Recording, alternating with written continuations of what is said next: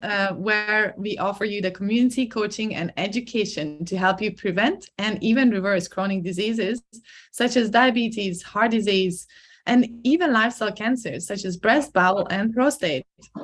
So today we are going to talk to one of our own heroes of health, Gary and Steph, who have used the lifestyle principles and our method to be able to reverse diseases, what I mentioned above. Within 3 months, we have seen amazing results, and I couldn't be more proud of these incredible people for taking control of your health as a family and now crushing life as you should. So welcome, Gary and Steph. Hi. Hey, good afternoon. Yeah, hi. It's so good to have you. I would love to just start with the very beginning on Gary. How did you start? What health concerns that you have noticed early on that you weren't able to address with the current system that we are offering, unfortunately, in the NHS? I wasn't well. Couldn't put my finger on it. I wasn't feeling my best. I definitely was sluggish, and I knew something had to be done. I kept visiting the district general hospital, and I just kept coming home disappointed. If I'm honest, I won't get the right answers. I knew what they were saying to me wasn't correct, but I didn't know the answers. And then I came one particular night, waited 5 hours again, after passing out a couple of times, as you know, Linda, kept passing out, and that's when I come across you, and then that's the journey started from there, really. And so, yes, you had these syncope episodes, what you mentioned about passing out. And how many times did you pass out, and how many times did you visit the doctors with this problem? Oh, quite a hospital about 7 times in about a space of 5 months. And then I passed out 3 times. Once sat down, once stood up, and then the last time I was in the kitchen going to bed, and I just collapsed in the kitchen. And that's where Steph came, and she said I was out for only about 30 seconds, but I had no control. There were no warnings. And then I've not had it since my diet changed. I've had none of these episodes. And how did you two both felt about this scary event? Well, something had to be done. It was getting quite worrying, if I'm honest. Especially like looking forward to all things you'd like to do when you're older and retire. So Gary knew he had to, act as soon to try and get to the bottom of it all, really, and nobody was giving any answers. So it was a bit of a battle, weren't it? Yeah. And every time when you went into hospital, how did you come out with regards to your medical and also your mental health? Just frustrating, because I knew I'd not got the answers. I knew there were no one getting to grips what to get to the bottom of the problem. They'd send me to have a test, and basically I passed that test, so that was at the end of it. They just, you've not got that. But you didn't get any results. I didn't ever get any results. No. So you never seen your blood results. You never seen. No. It was as if everything's a secret. You shouldn't know. You're not allowed to know, really.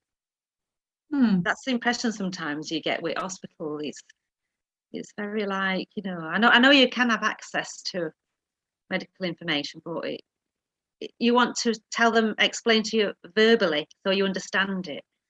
In our language, not in a doctor's language. It's got to be simplified.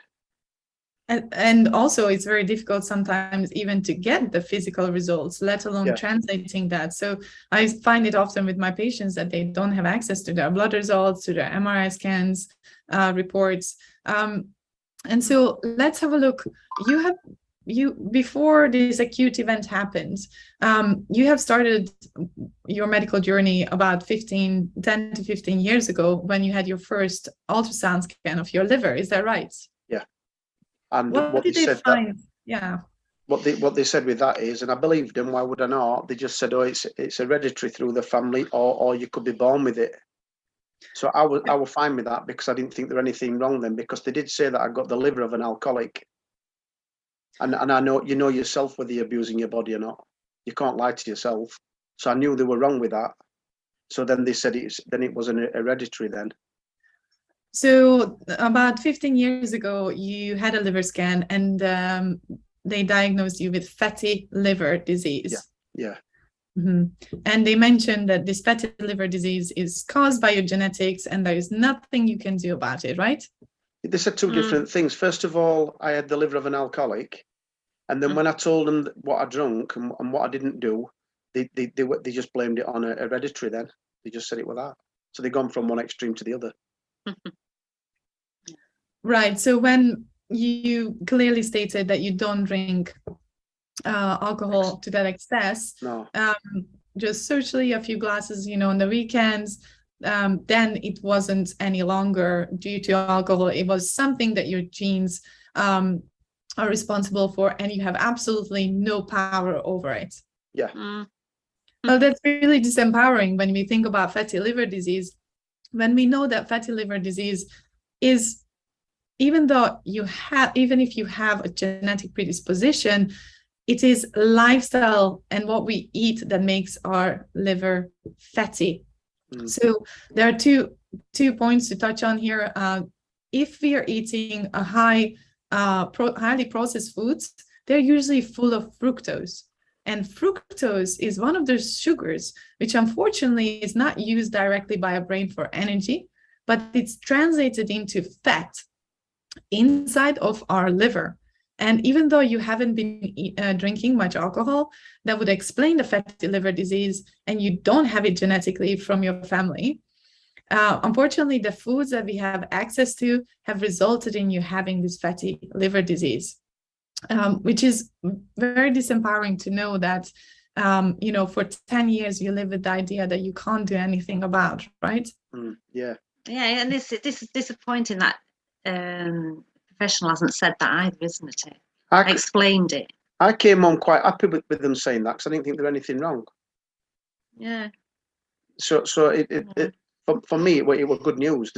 I've got a fatty liver. It's not probably what I want. But you were born with it. But if I'm born with it, or it's an hereditary, then I didn't think it was something I was harming personally. And only when I met you, and I had the same conversation with yourself, and you said you were like a bit gobsmacked, to be fair. Yeah, I do have that effect. Yeah. But luckily on this occasion on a positive. So fatty liver disease is the first step in our patients developing insulin resistance. This is when we don't have your HbA1c high yet, so the diabetic marker, but we are already having insulin resistance in the background, but unfortunately we cannot pick up on the blood tests.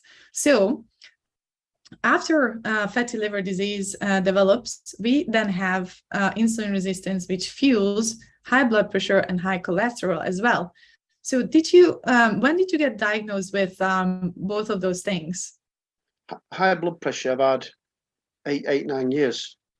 And that was just going through for blood tests.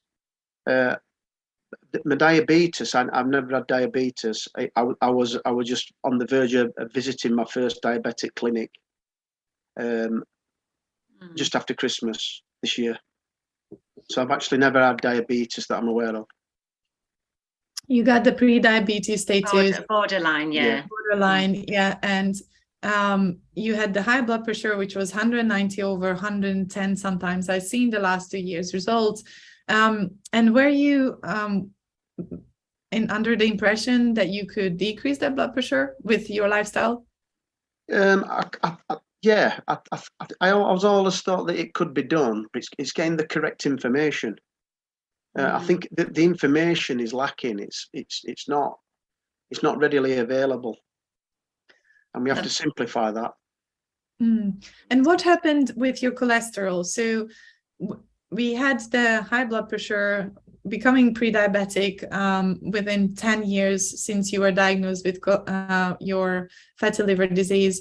But then your cholesterol started creeping up as well, right? Yeah. Yeah. And when did you started on statins? I'd say about 5 years ago, something like that. And you were taking that regularly. Did your cholesterol go up still, even though you were on statins?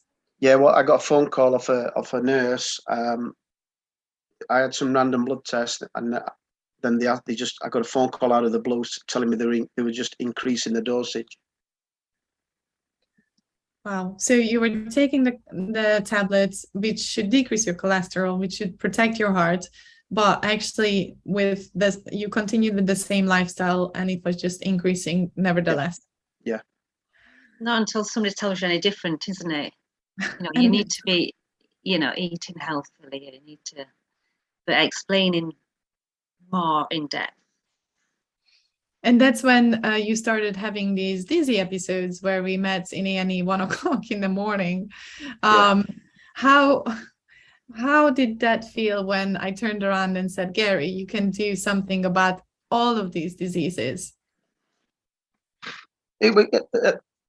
As we explained to each other, it were interesting to have someone have a direct, honest answer.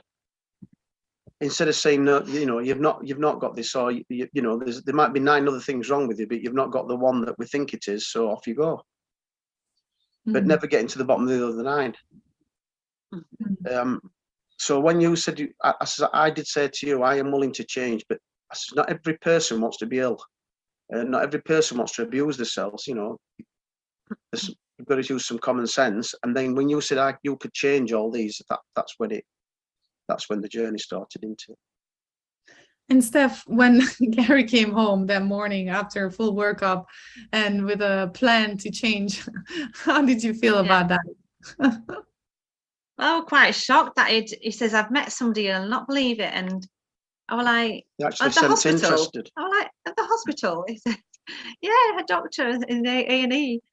And then he explained what you'd said. So I was quite glad, he'd actually come on positive this time, and they were willing to listen and take on board that. So yeah, I didn't believe him at first. He says, "What, from A&E?" He says, "You'll not believe it. Somebody's actually took note and listened." And so yeah, it's good. Yes, it is very difficult to take on the fact that after 15 years, you do get the message that we can do something about these diseases, and it doesn't have to progress into another acute event, into the next medication to top up, into higher blood pressures that can increase your risks of so many other diseases as well. As we can see the progression from one fatty liver disease, we have ended up with loads of other diseases. And after just 3 months of taking on the lifestyle changes, I mean, what happened then? Well, we started to educate ourselves with all the food intake and things that's good and things that's not. And then I enjoy cooking anyway, but it's just a different type. We're still in the kitchen, but it's just a different mindset of what ingredients you're using. It's been quite enjoyable, hasn't it? It's interesting foods. You're using different kind of ingredients then, and you just have to adapt to that kind of lifestyle because it's better for you. And yeah, because like Gary said, he thought he was healthy. Yes, we did have that conversation. I felt healthy until I fainted. But I didn't know what was causing it. I didn't think it was food. It cannot be food, right? Because we never make it clear that the link between food and our diseases. And when you started, I was very impressed by both of you, because even though you have been told for over a decade and a lifetime that these diseases cannot be reversed, you have listened to me for some magical reason on that night. And within a week, I heard the staff said that you went and looked for a whole food plant-based diet. You started increasing your fiber intake. And it came very naturally to you to start cooking with grains and vegetables and legumes. What was it really that made you make the decision to transform? Because whatever I was doing in the first place wasn't working, else I won't be ill.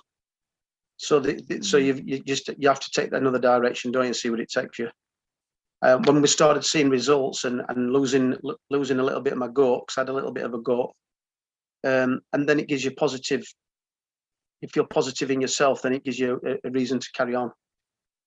How was your energy levels from that point, and how did it change throughout the months? I still get tired. I do get tired, but then, as I've explained before, I work 12 hours a day. So I'm 58-year-old. I'm going to get tired. It's a long day. So I'd only could judge my energy levels when I reduced my workload. However, I have joined the gym, and I do go 2-3 times a week, and sometimes it does get strenuous, and I find it easy where I possibly wouldn't have before. So that's the nearest I can set to my energy levels, really. And each week you started seeing changes. How did your colleagues respond at work? Because you work in a construction, and we know that they are not really eating the healthiest foods. How did your colleagues respond to your changes, increasing your energy, being slimmer, feeling better? I think they were positive, and then they all just thought it was short term. They thought, "What, are you going to carry on doing this?" Well, yeah, it will be.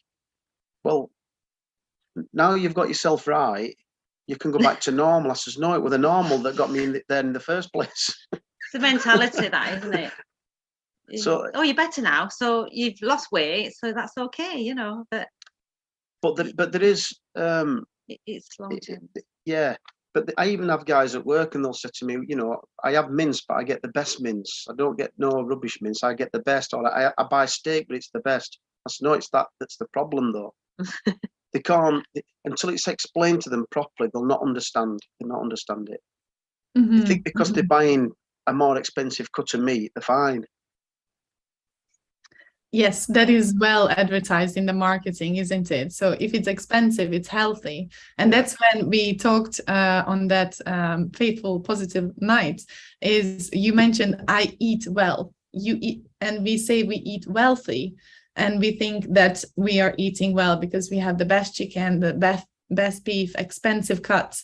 So we go to Marks and Spencer's. Yes, best and food. Exactly. That is right. What you've just said, Linda. There, we don't eat healthy; we eat wealthy. That's good. That. I like that. Yeah, that's good. I think we came up with something there. Yeah. We eat wealthy, and that wealth, unfortunately, is what causes all of these diseases. Yeah. So we need to look at how could we translate that for other people, for sure. So you started eating more. What kind of foods that you started incorporating into your life, and was it difficult? Well, we lots more fruit, lots more salads.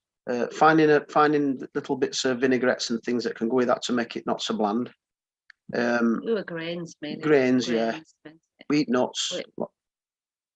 Change the bread. Change the milk. Drink lots of water. And I just instead of making a sandwich for work like I used to do, I just make myself a little salad, and I chop some chopped fruit, and it's adequate.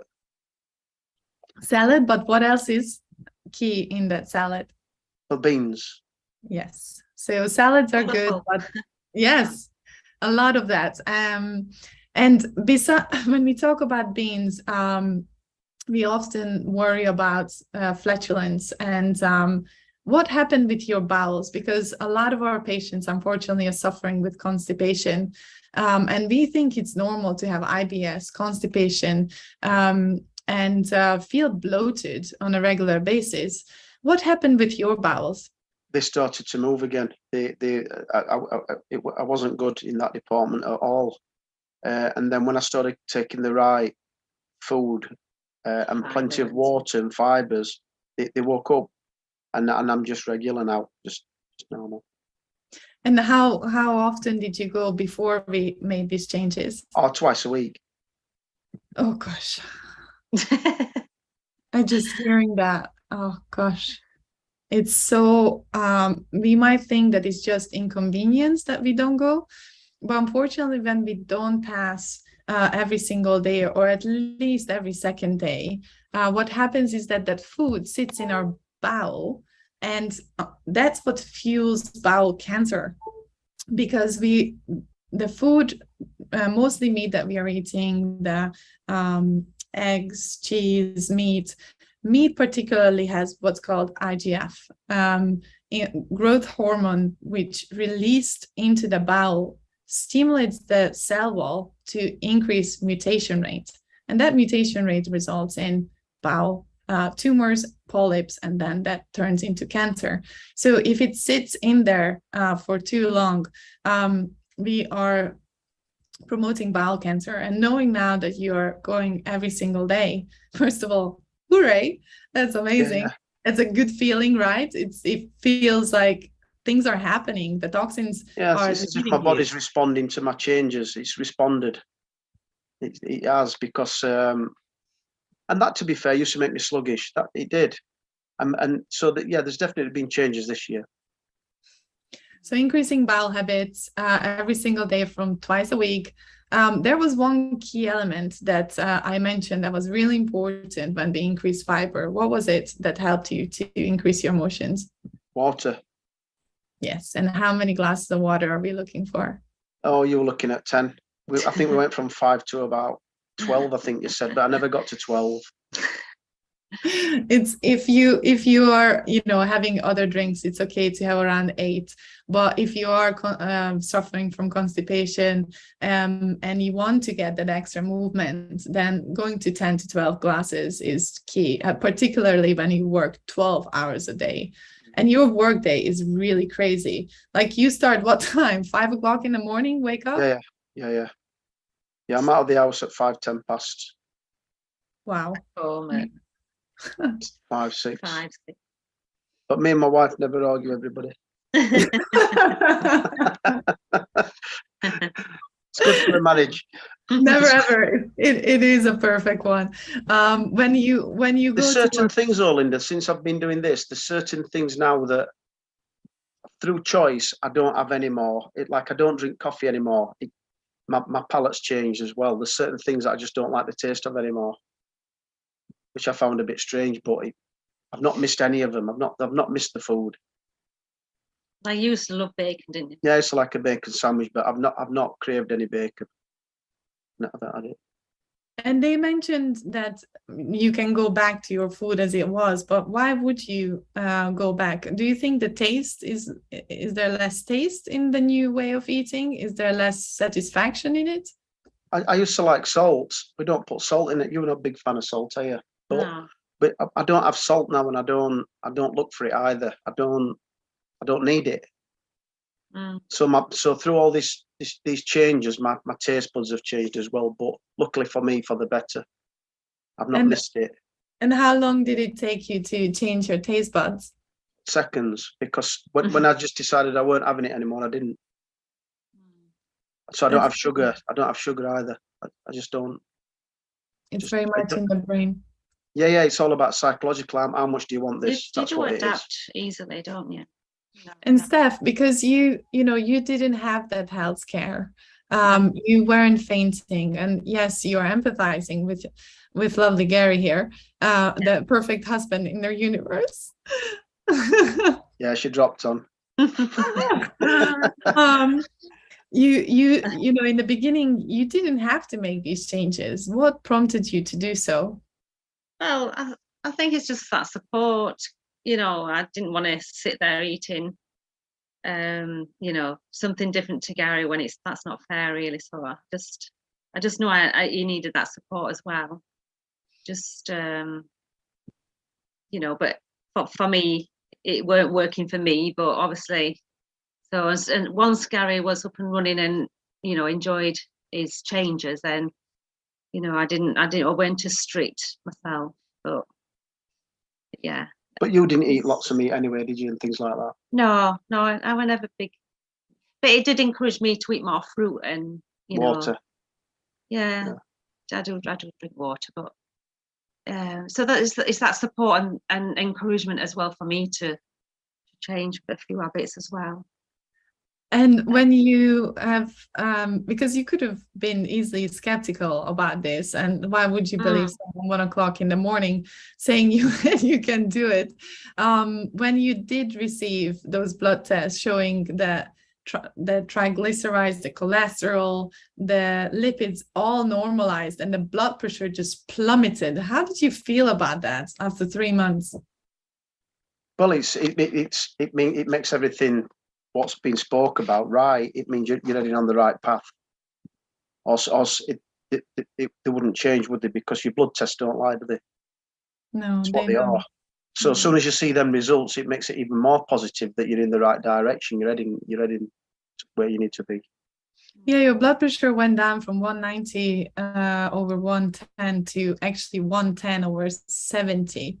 That was a huge shift in just three to 4 months. Steph, what did you feel about those blood results? Because I was quite surprised. A short time it would do that. To be fair, I wouldn't have thought that it would change in that space of time. Although he changed his diet, I thought, oh wow, it's reversed things, and you are what you eat, basically. So I thought it'd take longer though, Linda. I did. I thought I wouldn't expect the results as quick as that. So that was surprisingly nice.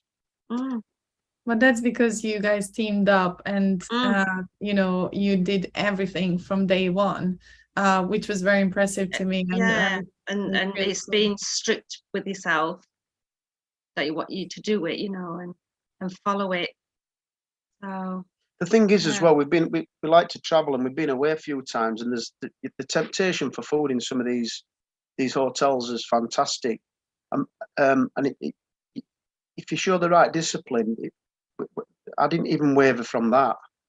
I look for the foods that are healthy for me. I weren't tempted by any of that either. So I think moving forward, I don't think anything will change anytime soon, because the temptations have been avoided. That's been a good result personally. And talking about holidays, you go out with your caravan, and your friend visited your caravan, and he asked for his usual. Can you tell me that story? It was so good. Oh, when the guy from we took his caravan out. And I used to be a work colleague of mine, and I've not seen him for quite a while. So he come down, and I met his wife, and he asked for certain things to eat, and we didn't even have it in the caravan, like coffee and biscuits, because we don't have them. And I explained to him why, and he was quite shocked, to be honest.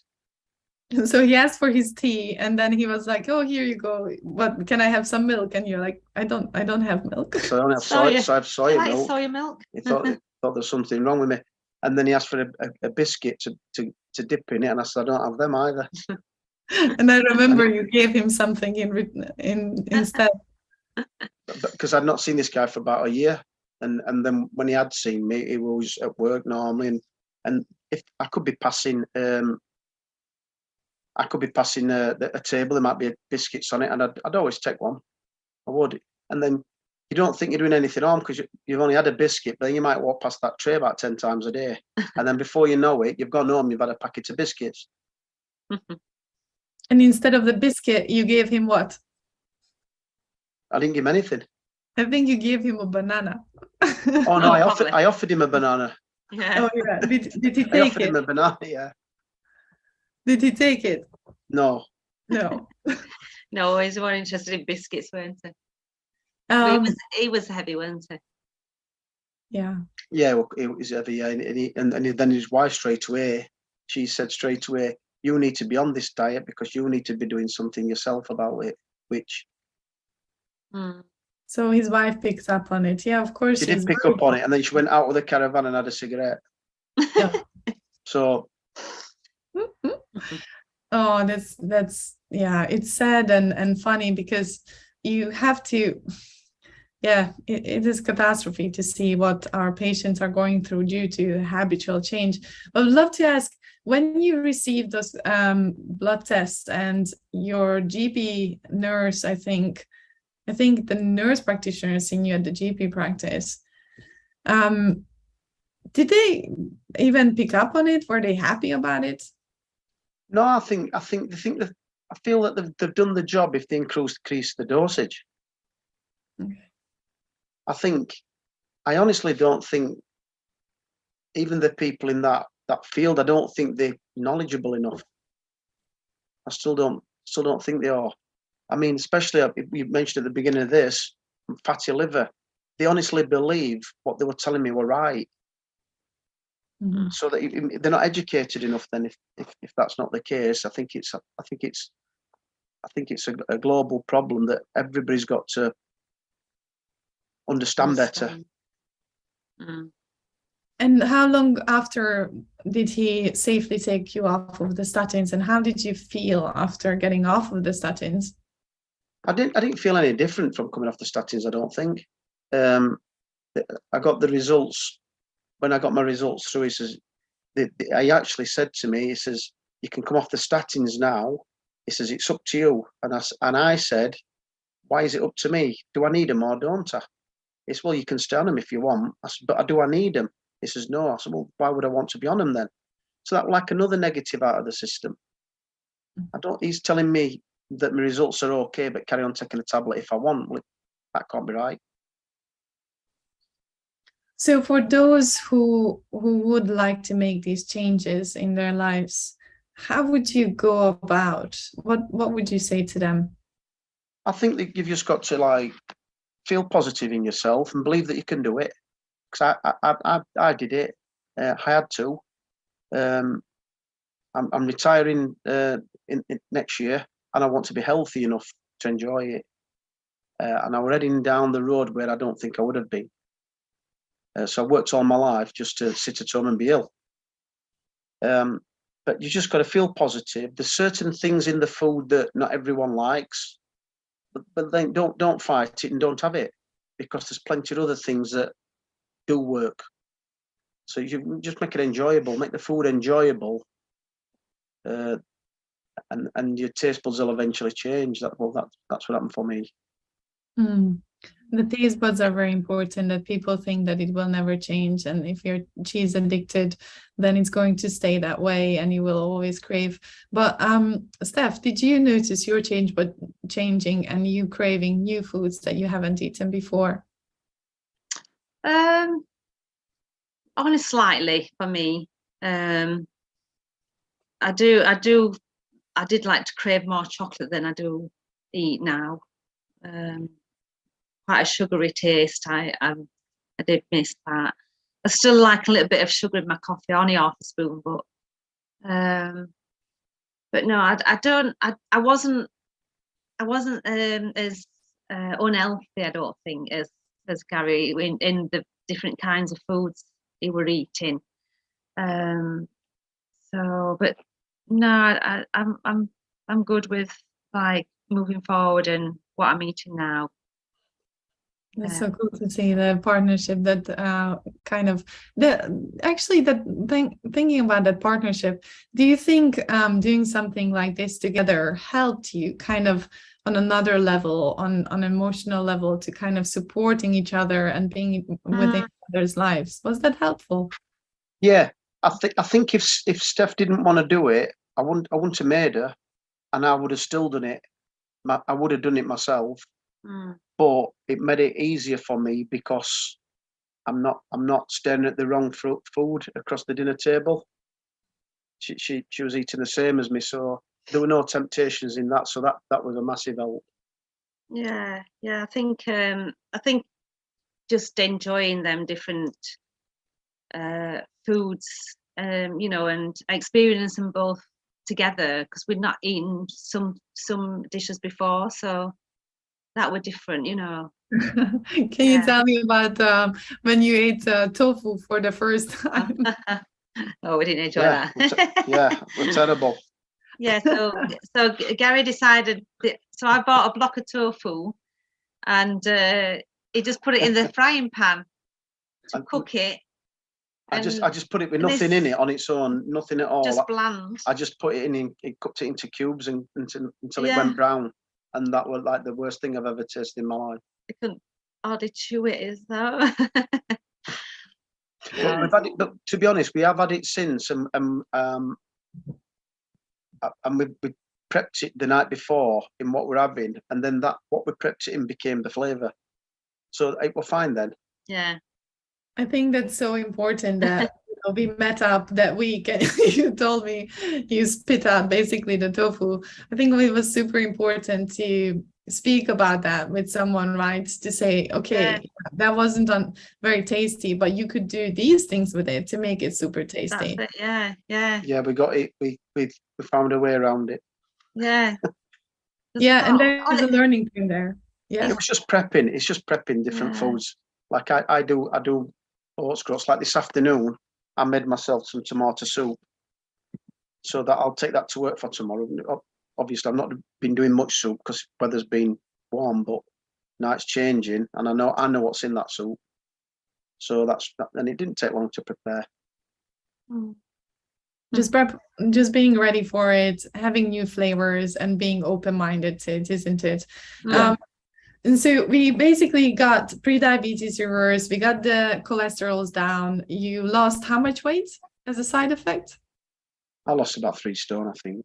Wow, that's quite significant. And to be fair, when we went on holiday early in the year, I felt pleased with myself because there are people walking around and they look a little bit out of shape, and I didn't, but I knew I was. So that and then I'm putting some certain clothes on that they didn't used to fit me, and they do now. And the ones that did fit me now are too big. Yes, I do remember you mentioned that you had to put a new hole into your belt. Yeah. That was true. I did. That's true. Yeah. And so there's that you notice things like that. Yeah, and it wasn't even that you were focusing on your weight, isn't it? No, it weren't. No, I weren't. But that's been like an added bonus, if I'm honest. Yeah, that's the key here, is that we don't want to lose weight. We want to optimize our weight as a side effect of reversing our chronic diseases.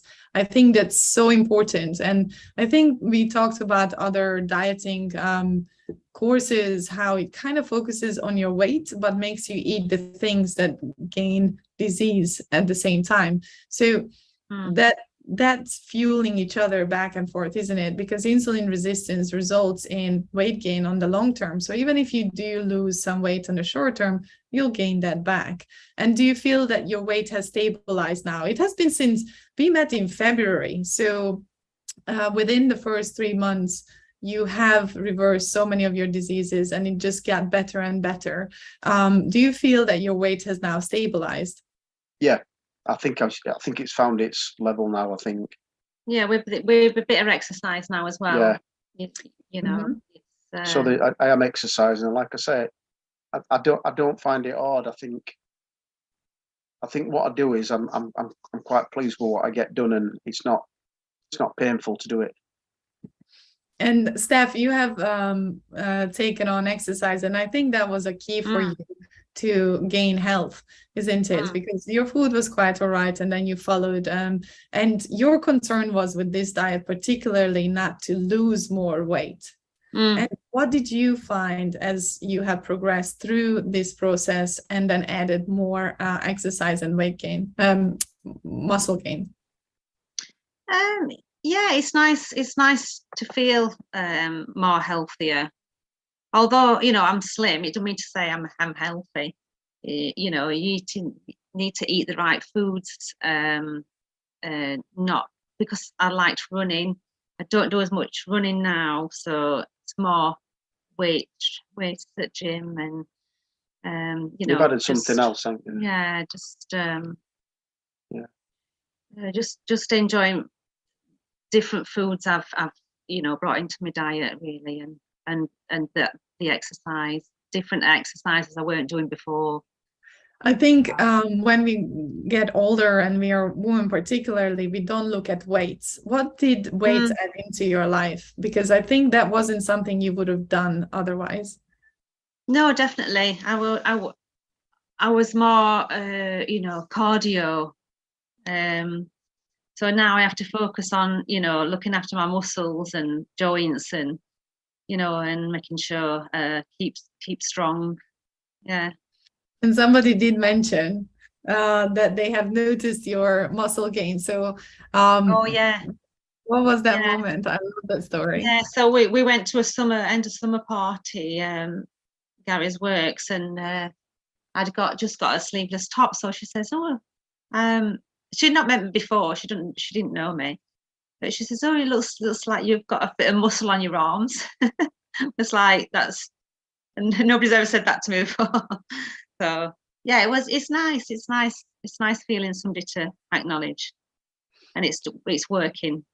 It's beautiful to see that you can gain health after your 50s, and you can gain muscle, and you can look better and feel better, right?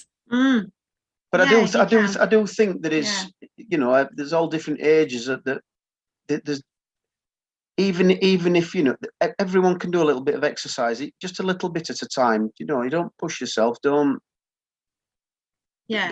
every little bit helps. Having a walk and then pick the pace up sometimes if you feel like that. Every little bit helps. Yes, that's what we learned in with just a little bit. The equation is 150 minutes of cardio, just so you have just a measure for your health gain. But any addition is really good. So 150 minutes a week, 20 minutes cardio a day. That can be at work, running around, up the stairs. You can incorporate it into your life. And then don't forget about adding those weight exercises. And with Steph and Gary, we focused on adding muscle onto the joints, because unfortunately at age 35 and above, we start losing muscles. 3% annually we lose muscles. And what does that mean to your joints is that there's less muscle to hold up the joint, but we have more weight usually on our upper bodies. So a lot of our patients come in with injuries to their knees and ankles, surprised that after a little jog they have pain, and we talked about that. We need to increase your muscle mass, and focusing on that, particularly instead of doing the couch to 5K app, is crucial to maintain a healthy joint and joint structure. What did you find when you started gaining the muscle around the knee, particularly you for Gary, when you had quite a bit of knee problems before? I've still got it. I have. Honestly, I went to the gym, it went away, and I was fine, and I've been enjoying myself. And yesterday I started getting some pain in my Achilles at the back yesterday. It's gone straight to my knee now, and it's swollen up. Don't know why. But then you can have nothing. Then it goes away. So what I did when it does come back, I still go to the gym. I still did 75 sit-ups in 2 or 3 visits. I still do other things, but I only have, if something's not right, you don't push it. And I've had a good run, and all of a sudden it's come back yesterday. And it's cool that you mentioned that. Unfortunately, we will have injuries, and what do? We usually just stop exercising altogether. But I love the approach that, I have an injury in that joint. We need to take it easy and look at the other body parts that we can actually work out with, because there's a lot more we can do, right? Yeah, that's totally what I did. So it's something totally different to my normal routine. But when it's fine, I don't know why it does it, but when it's fine, I can carry on as normal. I don't go on the running machine because it's too much impact. I think that just it aggravate it, yeah. But there's other things that I do when I've enjoyed it, and I've done some upper body weights, I've done some sit-ups, quite a few things really. But then when I go back to the gym tomorrow, because my knee's hurting, it started again, I'll change again. I'll do something else. They might go tomorrow. Nice. And you mentioned, do you go sometimes together as well? Sometimes. It depends on time scales when I'm off Gary's. It's not often, is it? No. no.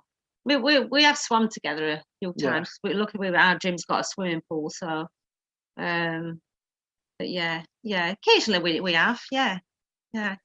The all these results are fantastic, and I would love to know what hopefully in the future, what our NHS and healthcare system will respond, because I think you guys have not only inspired me to continue on. Patients like you empower themselves are truly a phenomenon for myself, but also hopefully in the future for the whole of the healthcare system, because through your changes, I think we are bringing the message that everybody can do this, and doctors and the system has to listen to it. So I think that's why it's so inspiring, isn't it? Yeah, I think, yeah. We have to change his habits. We do, because it's only going to get worse, isn't it? There's lots of people that need this information to help them. They think going on a diet, but it's not about that. It's changing, a lot of changes.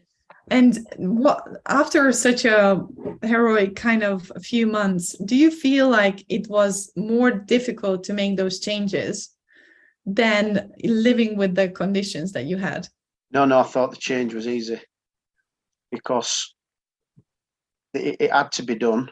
It had to be done. But like when I started getting my first results through, it's what people were telling me, i.e. you, it proved that it worked. It were working. So when you're going down that road, then on the journey that we're on, it's not hard to carry on then. It's not. So people can do it. And particularly, I love your story because you're a man who has worked how many years and how many hours a day? Can you say that again, Linda? How many years have you been working many I've been working about 44 years. Anyway, how many hours are you putting in a day? Oh, I'll do 60 hours a week, 70 hours a week. And you're still doing that? Yeah. So often I get a backlash. Well, it's not for everyone. It's for the famous people to make these changes. But you are a perfect example of that everyday hard worker who does 12 hours a day, basically every single day, drives, you commute as well. Yeah. And you have to wake up early, you have to get prepared, and it's actually you who is doing the cooking as well. Yeah. So it's completely possible. It's both of us, really.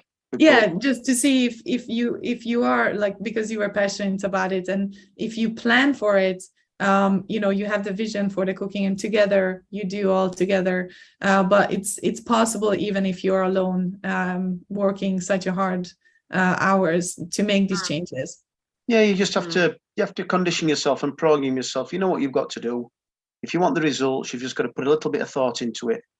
And when you start and you do get them results, you don't want to go back. You just don't go back, because you know that it's making a hell of a difference to your lifestyle.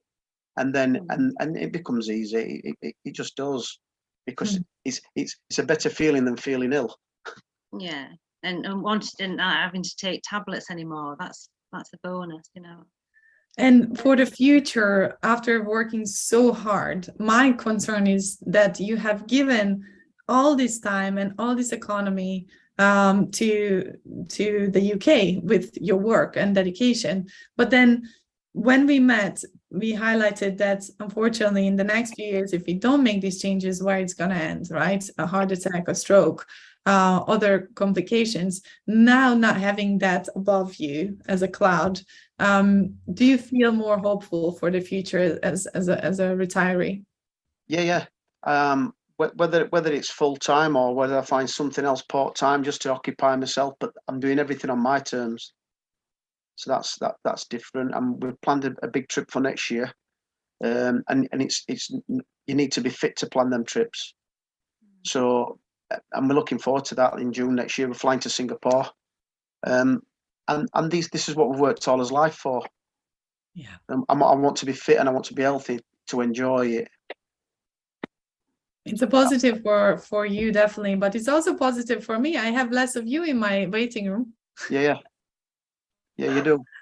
Because I guess you do rely on, such as Gary was gone through it and you know, he's got good results from it. You probably rely on that, you know, and you get a lot of satisfaction from that, don't you? Oh, it's unbelievable. I mean, as we were talking, it's mind-blowing to see a patient get better. I always say being a doctor without your patients getting better and just putting them on more drugs every single day is like being an architect who has a lot of blueprints, but over 20 years never ever built a single building. It's soul crushing. Like it fuels our burnout as doctors because you can pay for the bills, but there's a calling that we went in for to make you feel better. And that's why every single Monday we met, every single Monday when after my shift I got to talk to you, it gave me a purpose to go back to my shift tomorrow and the next day and then next month. So I'm eternally grateful for the changes that you have made from a personal, professional perspective. And knowing that, you know, you won't have those complications is just incredible. I won't have to deal with you in a acute event in resus.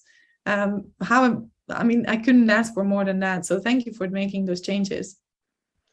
Yeah, but I only made the changes, Linda, on the proper information, and that's when I said at the beginning of this talk, if the information is not correct, there's lots of people out there that they don't want to be ill, but they've not got the right guidance. And I listened to you. I knew I had to do because I believed in what you were saying. And then, but like I said, once I started, when the first set of results came through, that's the inspiration to move forward. And if anyone can do that, they just got a little bit of belief in themselves. That's all they need.